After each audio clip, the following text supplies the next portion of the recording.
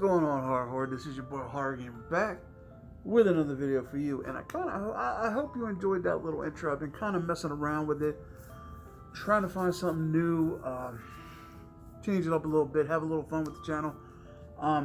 So if you don't know, today's video, I'm going to actually be doing a real life ghost story, something that happened to me when I was younger, years ago, and it's pretty creepy. Okay, so I don't even know where to begin. I'm just gonna jump right into it. So, as y'all know from previous videos, as y'all know from previous videos, I used to live in a haunted house. My parents' house used to be haunted when I was younger, and there was always something going on in that house, and it always had something to do with the basement. I mean, there's the dogs hated the basement. Every time we opened the basement door, the dogs would freak out. Apparently we were told that when in the early years of the house, there was actually a fire in the basement, and there was dogs down there. There was a dog down there, and it burned up.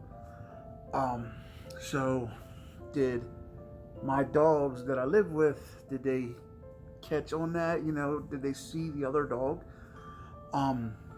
But it seemed like everything revolved around the basement, and there are certain things that happened while I lived there that still freaks me out to this day. Like, unfortunately, you know, ever since my mom passed, the house has been sold, so I don't have access to it anymore.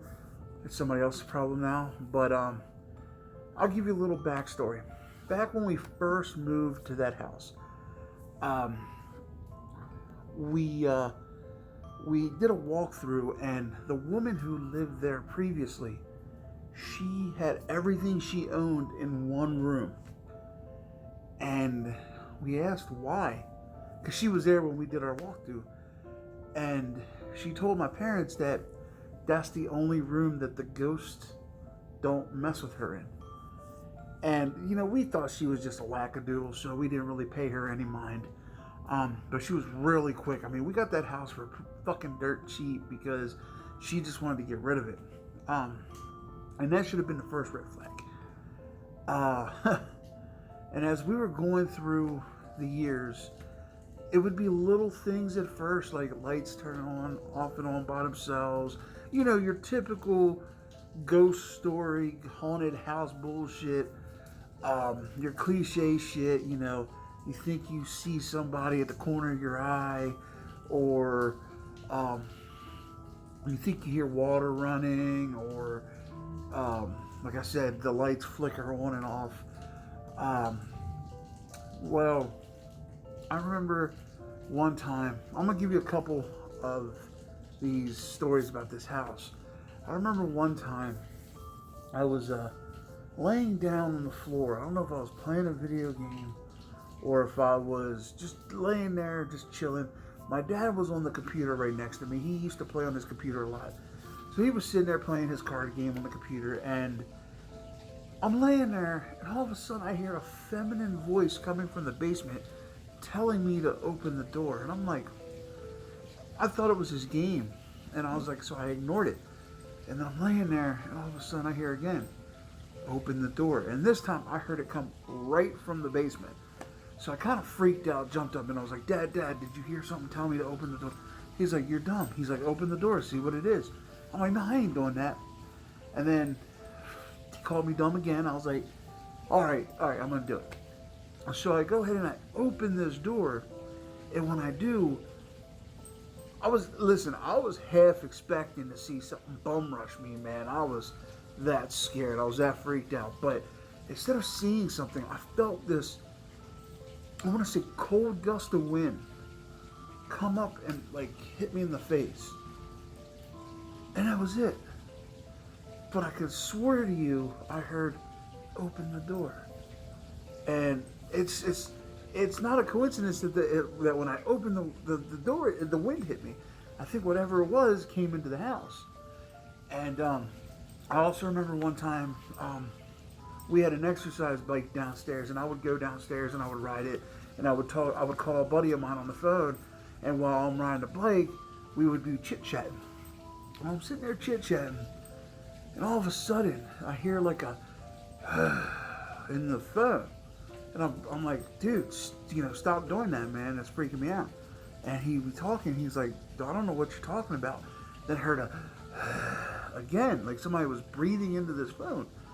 And so, I start getting a little panicked, and I tried to ignore it. But then I heard it again. And then this time when I heard it, I also had that feeling like somebody was in the corner watching me. And I'm getting chills just talking about now because, Horror Haven's in the basement. I keep looking over there. But I felt like something was watching me from the corner. So I was like, all right, you know what? Fight or flight, I'm out this motherfucker, bullshit. So I get off the bike and I start going up the stairs. And when I do, I hear the voice in the phone go, like it's fucking chasing me up the steps. And then I slam the door shut behind me. And that was the last time right there that I had ever went into that basement by myself. I remember one time when I was, oh man, and this has to be the scariest story I have, birds are chirped. This has to be the scariest story I've ever heard. And this is actually coming from my brother. One time we thought, we used to foster kids. And one time we thought it would be funny. Shh, birds, man, interrupting a good story.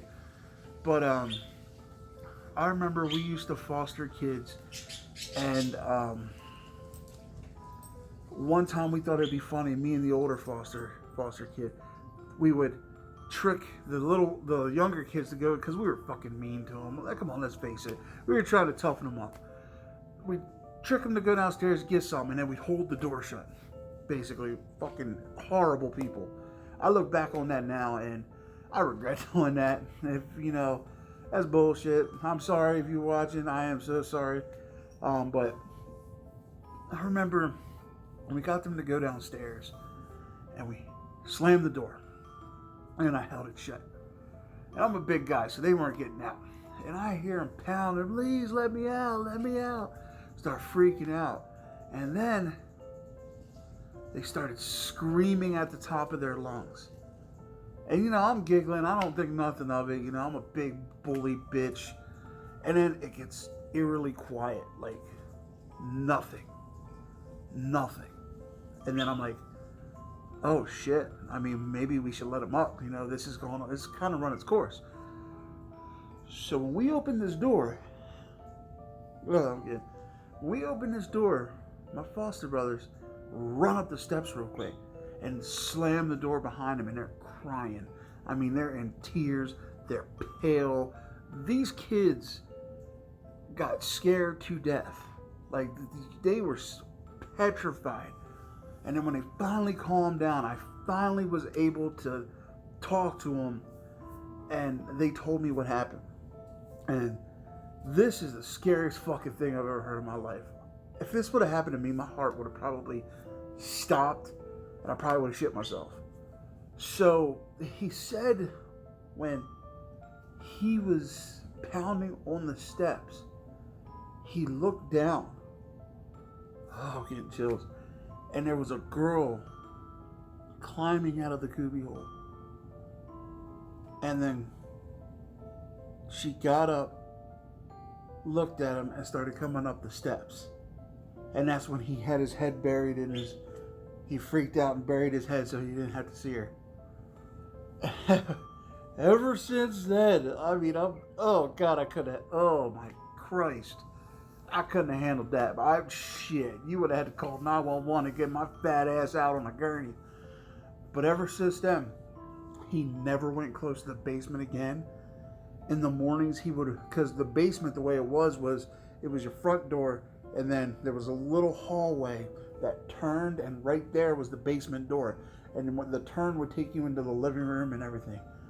He would always run past the basement door. He never once, ever again, went near that basement as long as he lived there. And I still keep in touch with him, and until this day, he swears on his life he saw what he saw. And I wouldn't be surprised, because I've seen a few other things in that house as well. But that's another story for another time, horror.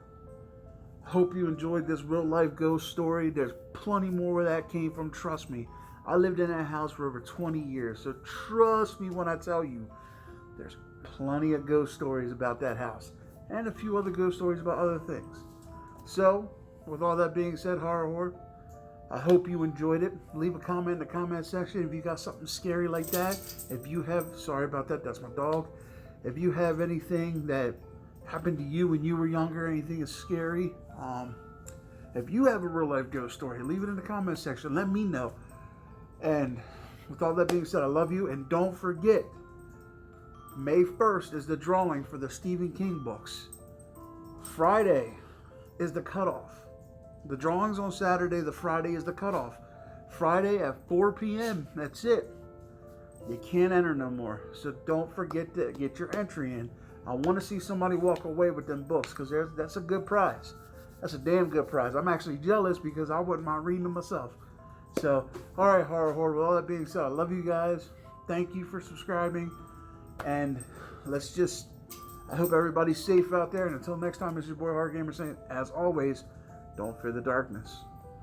Embrace it.